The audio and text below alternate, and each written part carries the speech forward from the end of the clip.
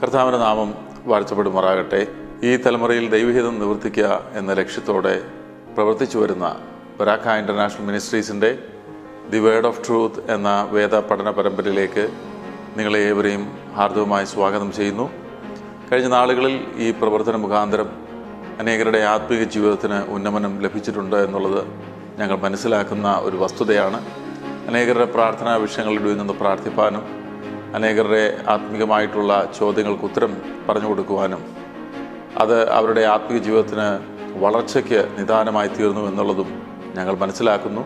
തുടർന്നും ഈ പ്രവർത്തനം ദൈവഹിത പ്രകാരം മുന്നോട്ട് കൊണ്ടുപോകാൻ ഞങ്ങൾ കർത്താവിൽ ശരണപ്പെടുന്നു. കഴിഞ്ഞ നാളുകൾ ഈ പ്രവർത്തനത്തെ ഓർത്ത് പ്രാർത്ഥിച്ച എല്ലാ പ്രിയപ്പെട്ടവർക്കും ഞങ്ങൾ നന്ദി പറയുന്നു. ഇന്നും നമുക്ക് വേദ പഠനത്തിലേക്ക് ശ്രദ്ധ തിരിക്കാം. പാസ്റ്റർ ജെയ്സ് ജോസഫ് തുടർന്ന് ദൈവവചനം ശുശ്രൂഷിക്കുന്നതാണ്. കർത്താവിൻ്റെ നാമം വാഴ്ത്തപ്പെടുമാറാകട്ടെ.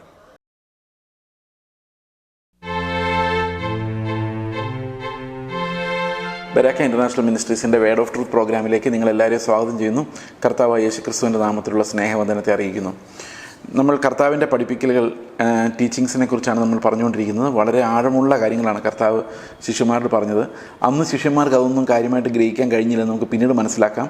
എന്നാൽ ആ പുതിയ വീഞ്ഞ് എന്താണ്, ആ പുതിയ വിശ്വാസം എന്താണ്, മതത്തിനതീതമായ സ്പിരിച്വാലിറ്റി എന്താണെന്നുള്ള കാര്യം പിന്നീട് ആത്മാവ് വന്ന ശേഷമാണ് അവർക്ക് പൂർണ്ണ അർത്ഥത്തിൽ വെളിപ്പെടുന്നത്. എങ്കിലും ദൈവത്തിൻ്റെ പരിശുദ്ധാത്മാവ് അവർക്ക് ഓർമ്മ നൽകിയ ക്രമത്തിൽ അവരത് എഴുതി വെച്ചിരുന്നത് കൊണ്ട് ഇതിൻ്റെ ഡെപ്ത്, കർത്താവ് പറഞ്ഞ ഓരോ വാക്യങ്ങളുടെയും ഡെപ്ത് എന്ന് പറയുന്നത്, നമ്മൾ വളരെ സിമ്പിളായിട്ട് തോന്നുന്ന പല കാര്യങ്ങളും വളരെ ആഴമായിട്ടാണ് കർത്താവ് സംസാരിക്കുന്നത്. അത് ലേഖനങ്ങൾ കൂടെ ചേർത്ത് നമ്മൾ ചിന്തിക്കുമ്പോഴാണ് ഈ കർത്താവിൻ്റെ പഠിപ്പിക്കലുകൾക്ക് ഉള്ള ആ ഡെപ്ത് എന്താണെന്ന് നമ്മൾ മനസ്സിലാകുന്നത്. നമ്മൾ ഈ 11-ാം അധ്യായത്തിൻ്റെ 24-ാം വാക്യം വരെ നമ്മൾ കഴിഞ്ഞ ദിവസം സംസാരിച്ചതിനകത്ത് നിന്ന് പ്രധാനമായിട്ടും നമ്മൾ കണ്ടത് ഇതാണ്. കോരസീന്, ബെത്സൈദ, കഫർനഹൂം ഇങ്ങനെയുള്ള സ്ഥലങ്ങളിൽ കർത്താവ് പോയി പഠിപ്പിക്കുകയും അവിടെയുള്ള അത്ഭുതങ്ങൾ ചെയ്യുകയും ചെയ്തിട്ടും കാര്യമായൊരു പ്രതികരണം ഉണ്ടാകാതെ അവർ എത്ര അത്ഭുതങ്ങൾ കണ്ടിട്ടും എത്ര കുഴലൂതിയിട്ടും എത്ര കരഞ്ഞിട്ടും അവിടെ ആരും ഒന്നും മൈൻഡ് ചെയ്യുന്നില്ലാത്ത ഒരവസ്ഥ, ഒരു അവിശ്വാസത്തിൻ്റെ അവസ്ഥ. പ്രത്യേകിച്ചും മനുഷ്യൻ്റെ ബുദ്ധി വർദ്ധിക്കുന്നിടത്ത്, മനുഷ്യൻ കൂടുതൽ അപഗ്രഥിച്ച് നോക്കുന്ന സ്ഥലങ്ങളിൽ, ആത്മീകമായിട്ടല്ലാതെ മാനസികമായ ബുദ്ധിയിലും യുക്തിയിലും എത്രയെല്ലാം മുമ്പോട്ട് പോകാൻ പരിശ്രമിക്കുന്നോ അവിടെയെല്ലാം കർത്താവിൻ്റെ വാതിലിൽ അടഞ്ഞു പോകുമെന്നുള്ളതാണ് അതിൻ്റെ യഥാർത്ഥത്തിലുള്ള ട്രൂത്ത്. അത് നമ്മുടെ ലൈഫിൽ അത് കാണാവുന്നതാണ്. നിങ്ങൾ കൂടുതൽ മാനുഷികമായ കാര്യങ്ങളിൽ ശ്രദ്ധിക്കുകയും ആ ഒരു ജ്ഞാനത്തിൽ ആശ്രയിക്കുകയും ചെയ്യുമ്പോൾ ദൈവത്തിൻ്റെ റെവലേഷൻ പതുക്കെ ഇല്ലാതായി പോകും. ഞാൻ പണ്ട് അങ്ങനെ ഒരു കൺസെപ്റ്റിന് അടിമയായിരുന്നു. മാനുഷികമായിട്ട് ചിന്തിച്ച് കഴിഞ്ഞാൽ ഓക്കെ, ദൈവം is excluded, God is excluded from our system. പക്ഷേ ആ മാനുഷികമായിട്ടുള്ള ചിന്ത ഒരു നിമിഷം ഒന്ന് മാറി ഗോഡ് സെൻട്രിക്കായിട്ട് ഈ മൊത്തം സിസ്റ്റത്തെ നമ്മൾ കണ്ടു കഴിയുമ്പോൾ മനസ്സിലാവും എന്തൊക്കെയാണ് ഞാൻ മിസ്സാക്കി കളഞ്ഞത്. ആ ഒരു ലോകം എത്ര അപര്യാപ്തവും എത്ര നശിപ്പിക്കുന്നതുമാണ് എന്ന് ദൈവത്തിൻ്റെ ആ ഒരു പെർസ്പെക്റ്റീവ് നമുക്ക് മനസ്സിലാകുമ്പോഴാണ്, ഹൂ ഈസ് ഗോഡ് എന്ന് മനസ്സിലാകുമ്പോഴാണ്. അപ്പം നിരീശ്വരവാദിയുടെ കാഴ്ചപ്പാടുകൾ എന്ന് പറയുന്നത് ഒരു അപൂർണമായ, വികലമായ, അത് അവർക്ക് ഒരിക്കലും മനസ്സിലാകത്തില്ല. But when you understand a God who loves everyone, ഞാനൊരു മതത്തെക്കുറിച്ചല്ല പറയുന്നത്, a God who loves everyone and gives that love to us, നമുക്ക് അതേ സ്നേഹത്തെ പകർന്നു തരുന്ന ആ ദൈവത്തിൻ്റെ ആ ഒരു സകല മനുഷ്യരോടുമുള്ള ദൈവത്തിൻ്റെ കരുണ, സ്നേഹം ഇതെല്ലാം വെളിപ്പെട്ട് വരുമ്പോൾ നമുക്ക് റിച്ച് ആയിട്ടുള്ള ഒരു ലൈഫ് എക്സ്പീരിയൻസിലേക്കാണ് നമ്മൾ കടന്നു പോകുന്നത്. Because the truth of God can only be known by the faith that God gives us. ദൈവം നമുക്ക് തരുന്ന ആ വിശ്വാസത്താൽ മാത്രമേ നമുക്ക് ദൈവം ആരാന്നും ദൈവത്തിൻ്റെ പെർസ്പെക്റ്റീവ്സ് എന്താണെന്ന് നമുക്ക് മനസ്സിലാകുന്നത്. കർത്താവിൻ്റെ കാര്യം പറഞ്ഞു കഴിഞ്ഞാൽ നമ്മൾ ചിന്തിക്കേണ്ടത് ആ മതത്തിൻ്റെ ബേസിസിലല്ല കർത്താവിൻ്റെ ക്യാരക്ടർ എന്ന് പറഞ്ഞാൽ ആത്മാവിൻ്റെ ബേസിസിലാണ്. Spirit given character. It's not religion induced one. മതത്തിൽ നിന്ന് പ്രേരിപ്പിക്കപ്പെട്ടുണ്ടാകുന്ന ഒന്നല്ല, ക്രിസ്തുവിൻ്റെ ആത്മാവിനാൽ അവന് ലഭിക്കുന്നതാണ് കർത്താവിൻ്റെ ഫെയ്ത്ത്, കർത്താവിൻ്റെ ലൈഫ് അല്ലെങ്കിൽ റൈച്ചസ്നെസ് എന്ന് പറയുന്നത്. ഇവിടെ കർത്താവ് പറയാണ്, ഇത്രയും വലിയ സമർത്ഥന്മാരും ഇസ്രായേൽ മക്കൾ എല്ലാം പഠിച്ച് മിടുക്കന്മാരായ ആൾക്കാരുടെ മുമ്പിൽ ഇത് പ്രസംഗിച്ചിട്ടും അവർക്കൊന്നും മനസ്സിലായില്ല.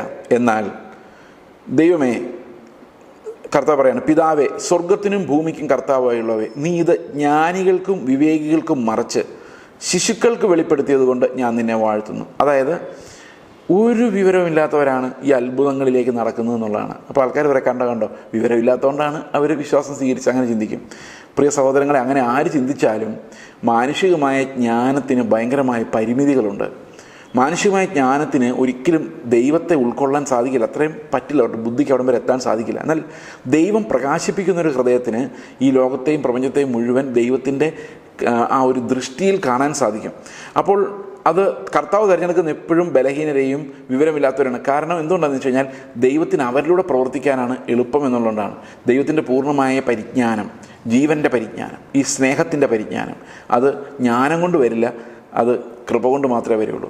നമ്മൾ ഒരു കാര്യം ആലോചിച്ച് നോക്കിയാൽ, ശത്രുക്കളെ സ്നേഹിക്കുക എന്നുള്ളൊരു സിമ്പിൾ പ്രമാണം നമ്മൾ കേട്ട് കഴിയുമ്പം 2 വാക്കേ ഉള്ളൂ മലയാളത്തിൽ. ശത്രുക്കളെ സ്നേഹിക്കുക, മനസ്സിലാക്കാൻ വളരെ എളുപ്പമാണ്. പക്ഷേ ഒരു നിമിഷം ഒന്ന് ആലോചിച്ച് നോക്കിയാൽ, മാനുഷികമായിട്ട് ഒന്ന് ചിന്തിച്ച് നോക്കിയാൽ ആ നിയമം നമ്മളെ കൊണ്ട് പറ്റുമോ? അപകടമല്ലേ? അപകടമാണ്.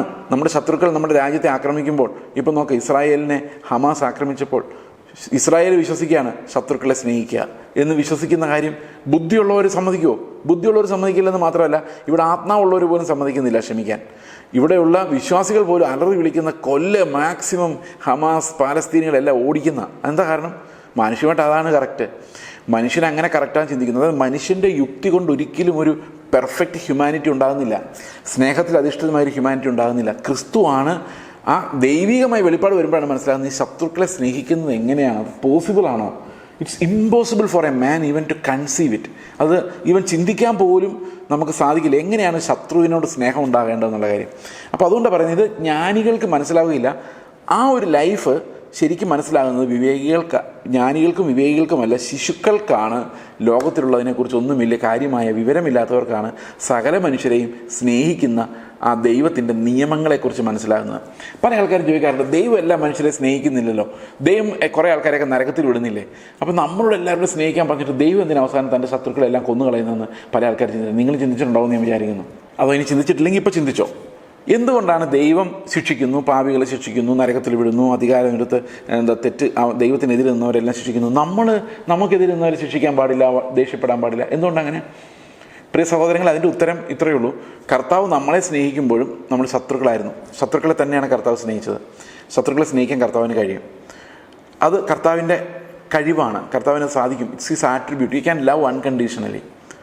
ഓക്കെ. പക്ഷേ ദൈവത്തിന്, അവൻ ദൈവമായതുകൊണ്ടും അവൻ പെർഫെക്റ്റ്ലി നീതിമാനായതുകൊണ്ടും മനുഷ്യരെ അവരുടെ പാപത്തിന് ശിക്ഷിക്കാനും അധികാരമുണ്ട്. അപ്പോൾ ദൈവത്തിൻ്റെ ശിക്ഷ, ദൈവം നൽകുന്ന ശിക്ഷ എന്ന് പറയുന്നത്, പാപത്തോടുള്ള ശിക്ഷ എന്ന് പറയുന്നതും അൺഹോളി അല്ല. അപ്പോൾ ദൈവം അങ്ങനെ ചെയ്യാമെങ്കിൽ പിന്നെ നമുക്ക് എന്തുകൊണ്ട് ചെയ്തുകൂടാന്ന് ചോദിച്ചു കഴിഞ്ഞാൽ എൻ്റെ അർത്ഥം, നമ്മൾ മറ്റൊരു മനുഷ്യനെ പോലെ കരുണ പ്രാപിച്ചവരാണ് എന്നുള്ളതുകൊണ്ടാണ്. We have no moral right to hate anyone. കാരണം we were also hated. We didn't deserve to be loved. നമ്മൾ സ്നേഹിക്കപ്പെടുവാൻ അർഹതയുള്ളവരായിരുന്നില്ല. അപ്പോൾ അർഹതയില്ലാത്ത സ്ഥാനത്ത് നമ്മളെ ദൈവം സ്നേഹിക്കുമ്പോൾ നമ്മളിൽ നിന്ന് വ്യാപരിക്കാൻ ദൈവം ആഗ്രഹിക്കുന്നത് സകല മനുഷ്യരിലേക്കും കടന്നു ചെല്ലുന്ന ദൈവത്തിൻ്റെ സ്നേഹം വെളിപ്പെടുത്തുക എന്നുള്ളതാണ്. അപ്പോൾ എന്തുകൊണ്ട് നമുക്ക് എല്ലാവരുടെയും വഴക്കുണ്ടാക്കാൻ പറ്റത്തില്ല, എല്ലാവരെയും ജഡ്ജ് ചെയ്യാൻ പറ്റത്തില്ല എന്ന് വെച്ച് കഴിഞ്ഞാൽ, നമ്മൾ അതേ ജഡ്ജ്മെൻറ്റിൽ നമ്മളെ തൂക്കി നോക്കിയാൽ നമ്മൾ നരകത്തിൽ പോകുന്നുള്ളതുകൊണ്ടാണ്. അതുകൊണ്ടാണ് നമുക്ക് ജഡ്ജ് ചെയ്യാൻ പറ്റാത്തത്. So we need to love everyone empathetically. അതായത് അവൻ ഏത് രീതിയിൽ ചിന്തിക്കുന്നുള്ളത് മനസ്സിലാക്കി, അവരുടെ വേദനകളെ മനസ്സിലാക്കി അവരെ സ്നേഹിക്കുക എന്നുള്ളത് ആവശ്യപ്പെടാനുള്ള കാരണം, ആ സ്നേഹമാണ്, ദൈവത്തിൻ്റെ സ്നേഹത്തിൻ്റെ ആ ഒരു ഡെപ്താണ് ദൈവം നമുക്ക് വെളിപ്പെടുത്തി തന്നിരിക്കുന്നത് എന്നുള്ളത് കൊണ്ടാണ്. അതുകൊണ്ട് കർത്താവ് പറയുകയാണ്, ഇത് ജ്ഞാനികൾക്കും വിവേകികൾക്കും മറച്ചു വെച്ച് ശിശുക്കൾക്ക് വെളിപ്പെടുത്തി കൊടുത്തു എന്ന് പറഞ്ഞു കഴിഞ്ഞാൽ, അധികം ഇതിനർത്ഥം ഈ ജ്ഞാനി വിവേകി എന്ന് പറഞ്ഞാൽ ഞാൻ ഉദ്ദേശിക്കുന്നത് ഇത്തിരി പഠിച്ച് വിദ്യാഭ്യാസമുള്ള ആൾക്കാരിൽ നിന്ന് മറച്ചു വെച്ചിട്ട് ഒന്നും പഠിക്കാത്ത ആൾക്കാർക്ക് കൊടുക്കുന്നുള്ള അർത്ഥത്തിലല്ല. ജ്ഞാനി വിവേകി എന്ന് പറഞ്ഞു കഴിഞ്ഞാൽ എല്ലാത്തിനും തിരിച്ച് ചോദ്യം ചെയ്യും. ഇപ്പോൾ ഉദാഹരണത്തിന്, അങ്ങനെ സ്നേഹിച്ചാൽ എന്ത് ചെയ്യും, അല്ലെങ്കിൽ ഒരു ഉടുപ്പ് ചോദിക്കുന്നതിന് പുതപ്പും കൂടെ കൊടുത്തു കഴിഞ്ഞാൽ നമ്മളെങ്ങനെ ജീവിക്കും? അപ്പം മനുഷ്യൻ്റെ ജ്ഞാനം വെച്ചവർ ദൈവത്തെ എതിർക്കുക. വിട്ടുകൊടുത്തിട്ട് കർത്താവ് നടത്തുമെന്ന് വിശ്വസിക്കാൻ പറ്റുന്നില്ല. നിഷ്കളങ്കമായ ശിശുവിൻ്റെ മനസ്സില്ല. അവരെയാണ് ജ്ഞാനികൾ എന്ന് പറഞ്ഞിരിക്കുന്നത്. They think that they are very wise. അപ്പോൾ അങ്ങനെ ദൈവത്തെക്കാൾ ബുദ്ധി ഉണ്ടെന്ന് വിചാരിക്കുന്നവർ, അല്ലേ? ഒന്ന് ആലോചിച്ച് നോക്കിയാൽ, നമ്മുടെ പല പ്രവൃത്തികളിലും ദൈവത്തെക്കാൾ ബുദ്ധി നമുക്കുണ്ട് എന്ന് വിചാരിച്ചുകൊണ്ടാണ് നമ്മൾ പ്രവർത്തിക്കുന്നത്. ഓക്കെ, അവരെയാണ് നമ്മൾ ജ്ഞാനികളെന്നും വിവേകികളെന്നും ഉൾപ്പെടുത്തിയിരിക്കുന്നത്. അതല്ലാതെ സാമാന്യ ബുദ്ധിയുള്ളവരെ കുറിച്ചല്ല അത് പറഞ്ഞിരിക്കുന്നത്. ഓക്കെ, ശിശുക്കൾക്ക് നല്ല ബുദ്ധിയുള്ള കുഞ്ഞുങ്ങളുണ്ട്, പക്ഷെ അവർ നിഷ്കളങ്കമായിട്ടാണ് കാര്യങ്ങൾ മനസ്സിലാക്കുകയും സ്വീകരിക്കുകയും ചെയ്യുന്നത്. അങ്ങനെ അക്സെപ്റ്റ് ചെയ്യുന്ന ആളുകൾക്ക് മാത്രമാണ് ദൈവം വെളിപ്പാടുകളെ നൽകിയിരിക്കുന്നത്. അവർക്കാണ് ഇത് കൊടുത്തിരിക്കുന്നത് എന്നുള്ളതാണ്. അതേ പിതാവേ, ഇങ്ങനെയല്ലോ നിനക്ക് പ്രസാദം തോന്നിയത്. അപ്പോൾ ദൈവത്തിൻ്റെ പ്രസാദം എന്ന് പറയുന്നത് ജ്ഞാനികൾക്ക് ഈ സത്യങ്ങളെല്ലാം വെളിപ്പെടുത്തി കൊടുക്കുക എന്നുള്ളതായിരുന്നില്ല. ദൈവത്തിന് മുമ്പിൽ സബ്മിറ്റഡ് ആകുന്ന ശിശുവിനെ പോലെ സ്വീകരിക്കുന്ന ആൾക്കാർക്ക് വെളിപ്പെടുത്തി കൊടുക്കുക എന്നുള്ളതായിരുന്നു. എൻ്റെ ജീവിതത്തിൽ ഞാനും ഇതിലൂടെ കടന്നു പോയിട്ടുണ്ട്. ഞാൻ ഒത്തിരി പുസ്തകങ്ങൾ വായിക്കുന്ന, ലോകസംബന്ധമായി ഒത്തിരി ജ്ഞാനം സമ്പാദിക്കാൻ ആഗ്രഹിക്കുന്ന ഒരാളായിരുന്നു. ഞാൻ ഏത് പുസ്തകം കിട്ടിയാലും ഞാനൊന്ന് മറിച്ച് നോക്കുക, അതിനകത്ത് എന്താ എഴുതിയിരിക്കുന്നത് വളരെ പെട്ടെന്ന് വായിച്ചെടുക്കാൻ ശ്രമിക്കുകയും ചെയ്യുമായിരുന്നു. അതുകൊണ്ട് ഒന്നിനെക്കുറിച്ചും ആഴമായ അറിവില്ലെങ്കിലും എല്ലാറ്റിനെയും കുറിച്ചും ഒരുവിധം അറിവ് സമ്പാദിക്കാൻ ഞാൻ പരിശ്രമിച്ചു. അതായത് പുസ്തകങ്ങൾ വായിച്ച് പക്ഷേ ഈവൻ ബൈബിൾ കോളേജ് ചേർന്നപ്പോഴും അവിടുത്തെ തിയോളജിക്കൽ ബുക്സ്, എക്സിജിസിസ്, കമൻട്രീസ്, ഇതൊക്കെയായിരുന്നു എൻ്റെ കയ്യിലുണ്ടായിരുന്നത്. പക്ഷെ അന്നൊന്നും എനിക്ക് ഈ വചനം മനസ്സിലാവുന്നില്ലായിരുന്നു. ശരിക്കും പറഞ്ഞാൽ ഞാൻ മനസ്സിലാവുന്നുണ്ടെന്നാണ് ഞാൻ വിചാരിച്ചുകൊണ്ടിരുന്നത്. പക്ഷേ ഒരു ദിവസം കർത്താവ് എന്നോട് പറഞ്ഞു, ഇതെല്ലാം നിർത്തിക്കോ, വചനത്തിലൂടെ ഞാൻ നിന്നെ പഠിപ്പിക്കാം. ഇത് പറഞ്ഞ് എനിക്കൊന്ന് 13 വർഷമായി. അതിനുശേഷം ഒരു ശിശുവിനെ പോലെ, പൊട്ടനെ പോലെ ഞാൻ ബൈബിൾ റൂമിൽ എൻ്റെ ജ്ഞാനത്തോട് മരിച്ചിട്ട് കുത്തിയിരുന്നു. കർത്താവ് നീ എന്ത് പറഞ്ഞാലും എൻ്റെ ബ്രെയിൻ അത് പൊട്ടത്തരം തോന്നിയാൽ അതാണ് സത്യം, കാരണം I M nothing before you എന്ന് ഒരു അവസ്ഥ കർത്താവ് എൻ്റെ ഹൃദയത്തിലോട്ട് കൊണ്ടുവന്ന ശേഷമാണ് എനിക്ക് വചനം എന്തെന്ന് മനസ്സിലാവാൻ തുടങ്ങിയത്. പൂർണ്ണ സ്ട്രെങ്ത് എടുത്ത്, ബുദ്ധിയെടുത്ത്, ഓർമ്മശക്തി ഉപയോഗിച്ച് കമൻട്രികൾ നോക്കി, അത് നോക്കി, ഇത് നോക്കി എല്ലാം പഠിക്കാൻ ശ്രമിച്ച ഒരു കാലഘട്ടത്തിൽ എനിക്ക് ഒരു വകയും മനസ്സിലായിരുന്നില്ല എന്നുള്ള കാര്യം, ഒരു വകയും മനസ്സിലായിരുന്നില്ല. എങ്ങനെ ഭക്തനായി ജീവിക്കാമെന്ന് പോലും എനിക്കറിയില്ലായിരുന്നു എന്നുള്ള കാര്യമാണ് എന്നെ ഞെട്ടിപ്പിച്ച് കളഞ്ഞത്. അതാണ് കർത്താവ് എപ്പോഴും ചെയ്യുന്നത്. When you are like a child sitting in front of your father, ദൈവത്തിൻ്റെ മുമ്പിൽ ഒരു കുഞ്ഞിനെ പോലെ നിങ്ങൾ ഇരുന്നിട്ട്, കർത്താവെ നീ എന്ത് പറഞ്ഞാലും അതാണ് സത്യം, ട്രൂത്ത്, എൻ്റെ ജ്ഞാനമല്ല, വിവേകമല്ല, എനിക്ക് തോന്നുന്നതല്ല എന്ന് പറഞ്ഞു കഴിയുമ്പോൾ നമ്മുടെ ഉള്ളിലുണ്ടാകുന്ന ആ ഒരു ലൈറ്റുണ്ട്, ഒരു വെളിച്ചം, കർത്താവ് പറയുന്ന കേൾക്കുമ്പോൾ പരിജ്ഞാനത്തിൻ്റെ വചനത്തിൻ്റെ വെളിച്ചം.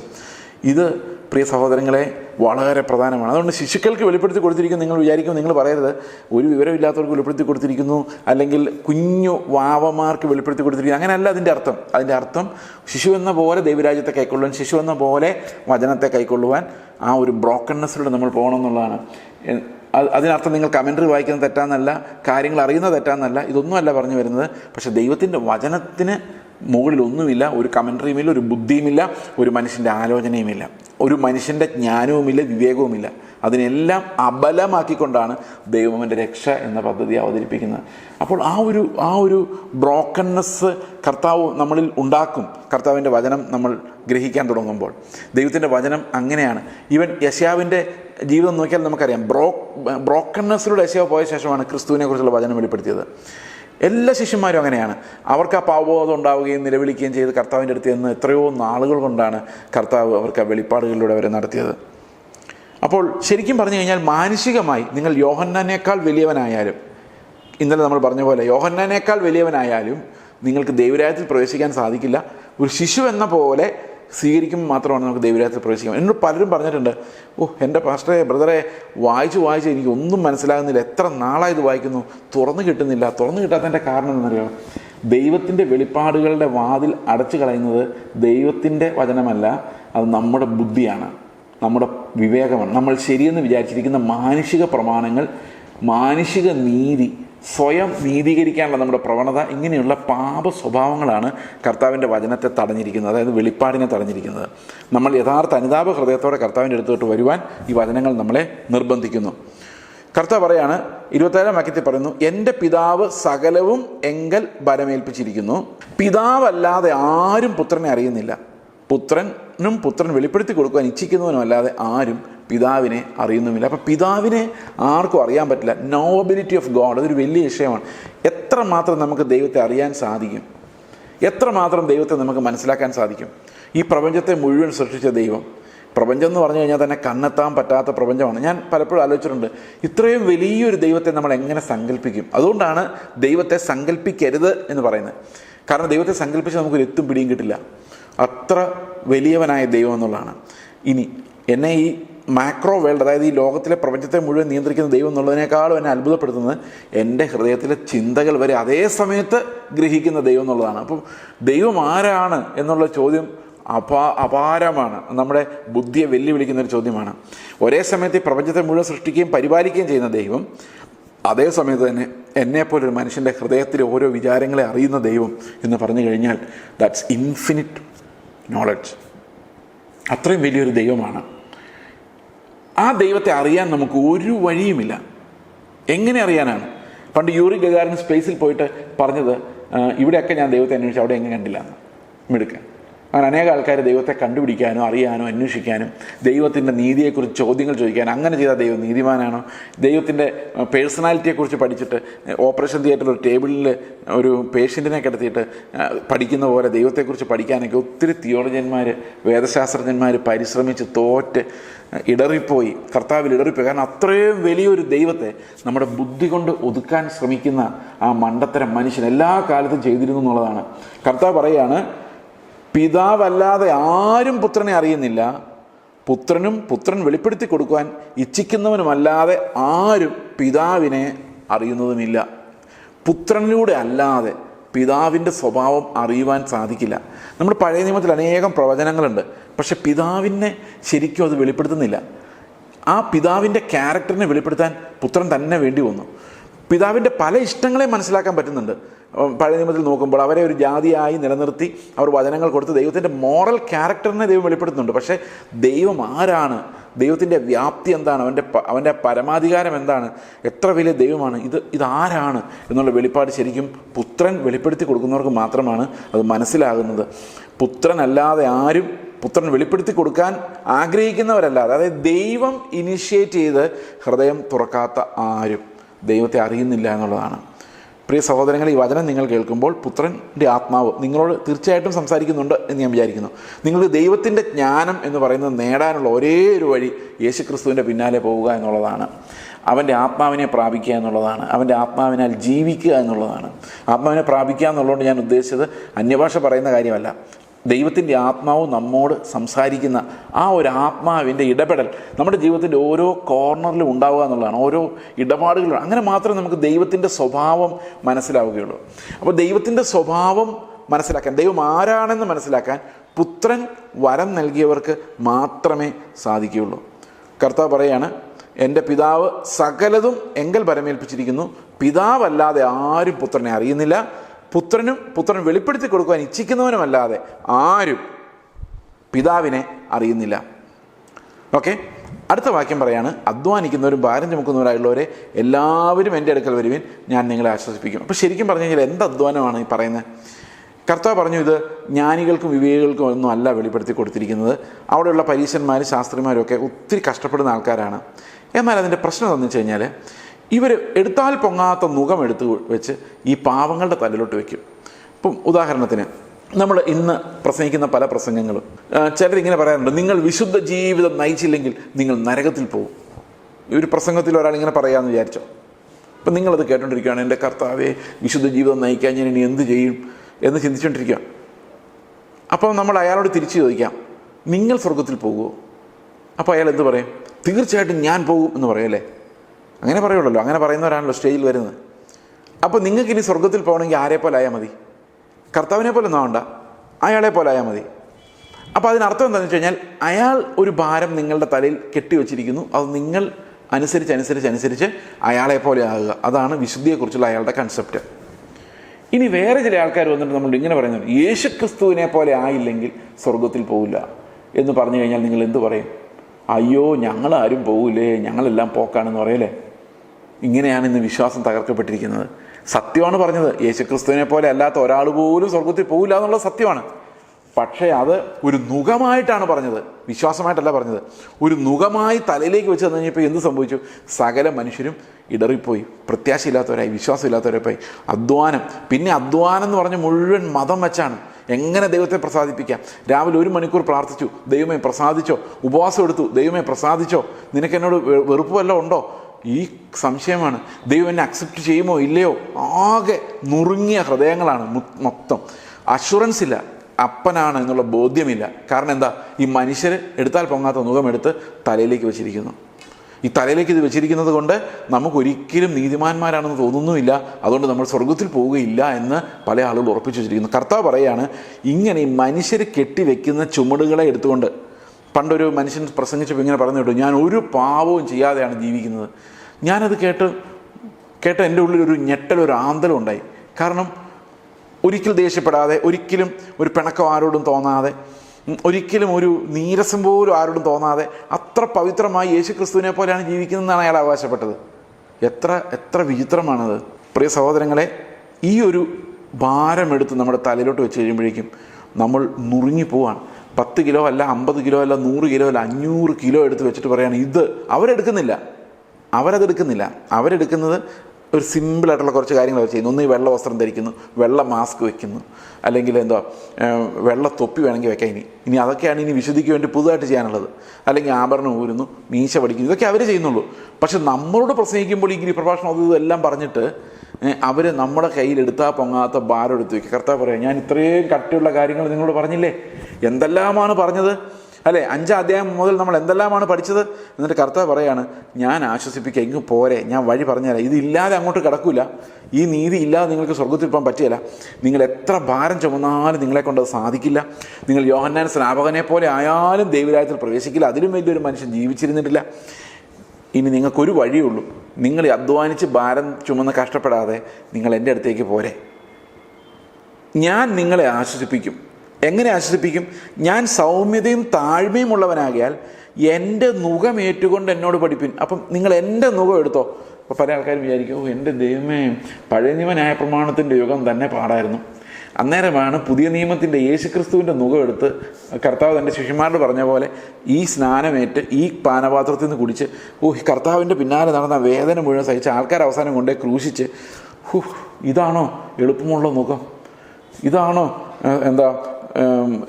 വളരെ സൗമ്യത താഴ്മയുമുള്ള ചുമട് ലഘുവും നുകം മൃദുവുമായ കർത്താവിൻ്റെ വിളി? അങ്ങോട്ട് ചെന്ന് കഴിഞ്ഞാൽ എന്ത് ആശ്വാസം അവിടെ കിട്ടാനാണ്? കർത്താവ് പോകുന്ന വഴിയിൽ എന്തെങ്കിലും ഒരു ആശ്വാസം ഉണ്ടോ? വഴിയിൽ വെള്ളമെങ്കിലും കിട്ടുമോ? അപ്പോൾ കർത്താവ് ഈ കാര്യം പറഞ്ഞിരിക്കുന്നത് എന്തുകൊണ്ടാണ്? ഈ നുകം വളരെ മൃദുവും ചുമട് ലഘുവുമാവെന്ന് പറഞ്ഞിരിക്കുന്നതിൻ്റെ കാരണം എന്താണ്? ഇത്രയും വലിയ ഉപദേശങ്ങൾ പറഞ്ഞിട്ട്, ഇത്രയും വലിയ നീതിയെ പ്രസൻറ്റ് ചെയ്തിട്ട്, ഇത്രയും വലിയ ആത്മീയതയെക്കുറിച്ച് വിവരിച്ചിട്ട് അവസാനം കർത്താവ് പറയുകയാണ്, എൻ്റെ നുകം മൃദുവും എൻ്റെ ചുമട് ലഘുവുമാണ്. അപ്പോൾ അത് വളരെ സർപ്രൈസിങ് ആയിട്ടുള്ളൊരു കാര്യമാണ്. വലിയൊരു ആത്മീയമായ സന്ദേശമാണ് അത് നമുക്ക് നൽകുന്നത്. നമ്മൾ ഈ മതപരമായ ചുമടെടുപ്പുകൾ, നീതിമാന്മാരാകാൻ വേണ്ടിയുള്ള അധ്വാനം, വിശുദ്ധരാകാൻ വേണ്ടിയുള്ള കഠിനാധ്വാനം, ഞാൻ നേരത്തെ പറഞ്ഞ പോലെ അവിടുത്തെ ഒരു ബലം ആവശ്യമാണ്. പക്ഷേ ആ കഠിനാധ്വാനം എൻ്റെ ജഡത്തിന്മേലാണ് ഞാൻ വെക്കുന്നത്. എന്നിട്ട് ഞാൻ ഇടറി നുറുങ്ങി ഒരു അഷുറൻസും ഇല്ലാത്ത ആളായിട്ടിരിക്കുമ്പം കർത്താവ് പറയുകയാണ്, ഇങ്ങ് പോരെ, നുകത്തിൻ്റെ അറ്റത്ത് ഞാനുണ്ട്, വെയിറ്റ് ഞാൻ താങ്ങിക്കോളാം. ഞാൻ നിന്നെ കൈവിട്ടിട്ട് പോവുകയല്ല, നിൻ്റെ ഹൃദയത്തിൽ ഞാൻ വസിച്ച് നിന്നെ ശക്തനാക്കി നിന്നിലൂടെ ഞാനത് പ്രവർത്തിക്കും. We have A substitute in Christ. അതുകൊണ്ട് എന്ത് സംഭവിക്കുന്നു? ഞാനല്ല, ക്രിസ്തു അത്രയേ ഇത് പ്രവർത്തിക്കുന്നത് വിശ്വാസത്താൽ. ഇപ്പം ഞാൻ നിങ്ങളോട് സംസാരിക്കുമ്പോൾ എനിക്ക് സംസാരിക്കാം, എൻ്റെ ജ്ഞാനം ഉപയോഗിച്ച് സംസാരിക്കാം, എൻ്റെ യുക്തി ഉപയോഗിച്ച് സംസാരിക്കാം, എൻ്റെ ബുദ്ധി ഉപയോഗിച്ചല്ല ഞാൻ വായിച്ച അറിവുകൾ വെച്ച് സംസാരിക്കാം. പക്ഷെ അവിടെ ഞാൻ മരിച്ചു കഴിഞ്ഞാൽ പിന്നെ ജീവിക്കുന്ന ക്രിസ്തുവാണ്. എൻ്റെ ഫെയ്ത്ത് പറയുന്നു, ഞാനല്ല, ക്രിസ്തു അത്രേ നിങ്ങളോട് സംസാരിക്കുന്നത്. അപ്പം എൻ്റെ ജ്ഞാനം കട്ട്, എൻ്റെ എഫേർട്സ് കട്ട്, എൻ്റെ സ്വാഭാവിക മനുഷ്യനിൽ ഞാൻ ഉണ്ടാക്കിയെടുത്ത എൻ്റെ ലൈഫ്, എൻ്റെ ഫിലോസഫി എല്ലാം കട്ട്. ആകെ ബാക്കിയുള്ളത് ക്രിസ്തുവാണ്. ആ ക്രിസ്തു ആണ് നിങ്ങളോട് സംസാരിക്കുന്നത്, ഞാനല്ല എന്ന് പറഞ്ഞാൽ അതിനർത്ഥം എൻ്റെ ബുദ്ധിയല്ല, എൻ്റെ യുക്തിയല്ല, ആത്മാവിൽ കർത്താവ് നിങ്ങളോട് സംസാരിച്ചിട്ടുണ്ട്. ഇതുപോലെ നമ്മുടെ ഓരോ പ്രവൃത്തിയിലും നമുക്ക് സ്നേഹിക്കാൻ പറ്റാത്ത സാഹചര്യത്തിൽ, നമുക്ക് ക്ഷമിക്കാൻ പറ്റാത്ത സാഹചര്യത്തിൽ, നമുക്ക് നേരിടാൻ പറ്റാത്ത സാഹചര്യത്തിൽ ക്രിസ്തുവിൻ്റെ കൈ പിടിക്കുമ്പോൾ, കർത്താവ് നമ്മുടെ കൈ പിടിക്കുമ്പോൾ അവൻ നമ്മുടെ മുഖം വളരെ മൃദുവും ലഘുവാക്കി മാറ്റുന്നത് അവൻ തന്നെ ആ ചുമട് എടുത്തുകൊണ്ടാണ്. കർത്താവ് ആ ചുമട് എടുത്തുകൊണ്ടാണ് നമുക്ക് എന്ത് ലഭിക്കുന്നത്? ഇത്ര മനോഹരമായ ഒരു ലൈഫിൻ്റെ ആ ഒരു സന്തോഷം നമുക്ക് ലഭിക്കുന്നത്. അതുകൊണ്ട് പ്രിയ സഹോദരങ്ങളെ, ഇത്രയും നമ്മൾ പഠിച്ചതിൽ നമ്മൾ മനസ്സിലാക്കുന്നൊരു കാര്യം, എൻ്റെ മുഖം മൃദുവും എൻ്റെ ചുമട് ലഘുവും എന്ന് പറയുന്നതിലേക്ക് ഇത്രയും ടീച്ചിങ്സിനെ നമുക്ക് സമ്മറൈസ് ചെയ്യാം. ഗിരിപ്രഭാഷണത്തിൽ നമ്മൾ കേട്ടത് മുഴുവൻ 5-ാം അധ്യായം മുതൽ മത്തായിയുടെ സുവിശേഷം 11-ാം അധ്യായം വരെ സംസാരിച്ച കാര്യങ്ങളെല്ലാം ഇവിടെ ചുരുക്കി സംഗ്രഹിക്കാം. ഇങ്ങനെ പറയാം, കർത്താവേ, നീ പറഞ്ഞതെല്ലാം ഭയങ്കര കട്ടിയാണ്, എന്നെക്കൊണ്ട് പറ്റാത്ത കാര്യങ്ങളാണ്, ശത്രുക്കളെ സ്നേഹിക്കാൻ എന്നെക്കൊണ്ട് പറ്റാത്ത കാര്യമാണ്, ഉപദ്രവിക്കുന്നവർക്ക് വേണ്ടി പ്രാർത്ഥിക്കുമ്പോഴും എനിക്ക് അവൻ്റെ തലയിൽ ഒരു അടി കിട്ടണമെന്നാണ് ആഗ്രഹം, എൻ്റെ ഉടുപ്പെടുത്തുകൊണ്ട് പോകുന്നതിനെ പോലീസ് പിടിക്കണമെന്നാണ് എൻ്റെ ആഗ്രഹം, എന്നോട് ദ്രോഹം ചെയ്യുന്നവൻ വഴി പോകുമ്പോൾ വണ്ടി ഇടിച്ച് പോയാൽ എന്തെങ്കിലും അപകടം ഉണ്ടായാൽ എനിക്കുള്ളിൽ സന്തോഷമാണ് വരുന്നത്, എൻ്റെ സ്വഭാവം ഇങ്ങനെയാണ്, ഞാൻ എങ്ങനെയാണ് കർത്താവ് നിന്നെപ്പോലെ ആകുന്നത്? ഞാൻ നിന്നോടുകൂടെ മരിച്ച് നീ എന്നിൽ വസിച്ച് നീ എൻ്റെ പകരക്കാരനായി നിൻ്റെ ജീവൻ എന്നിലേക്ക് പകരുമ്പോഴാണ് അത് വളരെ ഈസി ആയിട്ട് ഞാനത് അനുഭവിക്കുന്നത്. ക്രിസ്തുവിൻ്റെ ജീവൻ by faith, not by my effort, only by faith. അതാണ് വിശ്വാസം എന്ന് പറയുന്നത്. കർത്താവിനെ നമ്മൾ സമീപിക്കുന്നത് ഈ വിശ്വാസത്തിലാണ്. ആ വിശ്വാസമാണ് നമ്മളെ കർത്താവിന് മുമ്പിൽ ജീവനുള്ളവരാക്കി നിലനിർത്തുന്നത്. അതുകൊണ്ട് കർത്താവ് പറയുകയാണ്, ഞാൻ സൗമ്യതയും താഴ്മയും ഉള്ളവനാകയാൽ എൻ്റെ മുഖമേറ്റുകൊണ്ട് എന്നോട് പഠിപ്പിൻ, എന്നാൽ നിങ്ങളുടെ ആത്മാക്കൾ ആശ്വാസം കണ്ടെത്തും. അപ്പോൾ ശരിക്കും ക്രിസ്തുവിൽ ആശ്വസിക്കുന്ന ആത്മാവ്, സ്പിരിച്വൽ റെസ്റ്റ്. ആ റെസ്റ്റിൽ പ്രവേശിച്ചാൽ പിന്നെ നമുക്ക് അധ്വാനവും ഭാരചുമടും ഇല്ല. എബ്രായ ലേഖനത്തിലേക്ക് നമ്മൾ വരുമ്പോൾ ഇതിൻ്റെ വിശദീകരണം കാണുന്നത്, എബ്രായ ലേഖനത്തിൽ പറയുന്നത് അവൻ്റെ സ്വസ്ഥതയിൽ പ്രവേശിച്ചവൻ എല്ലാ പ്രവൃത്തികളിൽ നിന്നും വിരമിച്ചിരിക്കുന്നു. We are resting in him. And എങ്ങനെയാണ് നമ്മൾ ആത്മാക്കൾ ആശ്വസിക്കുന്നു, റെസ്റ്റ് എടുക്കുന്നു. ഈ ഒരു റെസ്റ്റിലേക്ക് നമ്മൾ പ്രവേശിക്കുകയാണ്. ഒരു കാര്യം കൂടെ അവിടെ സൂചിപ്പിക്കുന്നുണ്ട്. കർത്താവ് പറയുകയാണ്, ഞാൻ സൗമ്യതയും താഴ്മയും ഉള്ളവനാകയാൽ. അപ്പോൾ ശരിക്കും പറഞ്ഞു കഴിഞ്ഞാൽ കർത്താവിൻ്റെ മുഖമെന്ന് പറയുന്നത് നമ്മളെ കൊണ്ട് ചുമടെടുപ്പിക്കുന്ന മുഖമല്ല. നമ്മൾ പല മേലധ്യക്ഷന്മാരെ, ഡയറക്ടർമാരെ കണ്ടിട്ടുണ്ട്. അവർ എക്സൽ ചെയ്യുന്നത്, അവരങ്ങ് വിളങ്ങുന്നത് എവിടെയാണെന്നറിയോ? മറ്റുള്ളവരെ കൊണ്ട് ചുമടെടുപ്പിക്കുന്നതിലാണ്. അവർ ടാസ്ക് മാസ്റ്റേഴ്സ് എന്നറിയപ്പെടും. Task masters. ഒരാൾക്കൊരു പണി കൊടുത്താൽ അവനെ കൊണ്ട് ആ പണി എടുപ്പിക്കാൻ കഴിയുന്നയാൾ, അയാളാണ് CEO ആണ് ലോകം. അത് അയാളുടെ കഴിവായിട്ടാണ് കാണുന്നത്. കാരണം അയാളുടെ സുപ്പീരിയർ ഓഫീസർ അയാളോട് ചോദിക്കും. അപ്പം മാൻ പവർ മാക്സിമം നല്ലപോലെ യൂട്ടിലൈസ് ചെയ്ത് നിങ്ങൾ അയാളുടെ കീഴിൽ വർക്ക് ചെയ്യുന്നതാണെങ്കിൽ നിങ്ങളെ പിഴിഞ്ഞ് ചാറ് വെളിയിലെടുക്കുക, അവസാനത്തെ ശ്വാസം വരെ ആ കമ്പനിക്ക് വേണ്ടി ഉപയോഗിപ്പിക്കുക. ഇതാണ് സക്സസ്ഫുൾ ആയിട്ടുള്ള ഒരു CEO ചെയ്യുന്നത്. കർത്താവ് പറയാണ്, ഞാൻ അങ്ങനത്തെ ഒരു അഹങ്കാരിയായ CEO അല്ല, ഞാൻ വളരെ താഴ്മയും വിനയവും ഉള്ള ആളാണ് എന്ന് പറഞ്ഞു കഴിഞ്ഞാൽ നിങ്ങളുടെ കൂടെ ഇറങ്ങി വന്ന് പണിയുന്ന ഒരാളാണ്. നിങ്ങളല്ല, ഇത് ഞാനാണ് പൂർത്തിയാക്കുന്നത്. I stand for you as your substitute. ആ മുഖത്തിൻ്റെ ഭാരം മുഴുവൻ കർത്താവിൻ്റെ ചുമലിലാണ്. പ്രിയ സഹോദരങ്ങൾ, ഇതാണ് ശരിക്കും നമ്മുടെ മുമ്പിൽ വെച്ചിരിക്കുന്ന കർത്താവിൻ്റെ മുഴുവൻ കൽപ്പനകളുടെയും ക്ലൈമാക്സ് എന്ന് പറയുന്നത്. അതനുസരിക്കുന്നത് കർത്താവ് തന്നെ നമ്മൾ വസിച്ച് ആത്മാവിൽ ദൈവരാജ്യത്തിലാണ്. അത് മനുഷ്യരുടെ ശക്തിയാലോ യോഹന്നാനെ പോലെയുള്ള വലിയൊരു മനുഷ്യനാലോ സാധിക്കുന്ന കാര്യമല്ല. That's possible only by faith and only by the spirit of God. നമുക്ക് പ്രാർത്ഥിക്കാം. ഞങ്ങളുടെ സ്വർഗ്ഗസ്ഥ പിതാവേ, അങ്ങയുടെ പുത്രനിലൂടെ ഞങ്ങൾക്ക് ദൈവരാജ്യത്തിലേക്ക് എന്ന പ്രവേശനത്തിനായി വളരെ ഞങ്ങളുടെ ആ മതപരമായ ചുമടുകളെ ദൂരെ എറിഞ്ഞിട്ട് ക്രിസ്തുവിലുള്ള ആശ്വാസവും ഫ്രീഡവും അനുഭവിക്കുവാൻ ഞങ്ങളോട് വിളിച്ചതിനായിട്ട് സ്തോത്രം ചെയ്യുന്നു. ഞങ്ങൾ ജയാളികളായി, മക്കളായി വിശുദ്ധീകരിക്കപ്പെട്ട് അങ്ങയുടെ സന്നിധി നിൽക്കുവാൻ ധൈര്യവും കൃപയും ഞങ്ങൾക്ക് നൽകുമാറാകണമേ. കർത്താവായ യേശു ക്രിസ്തുവിൻ്റെ നാമത്തിൽ തന്നെ ആമേൻ.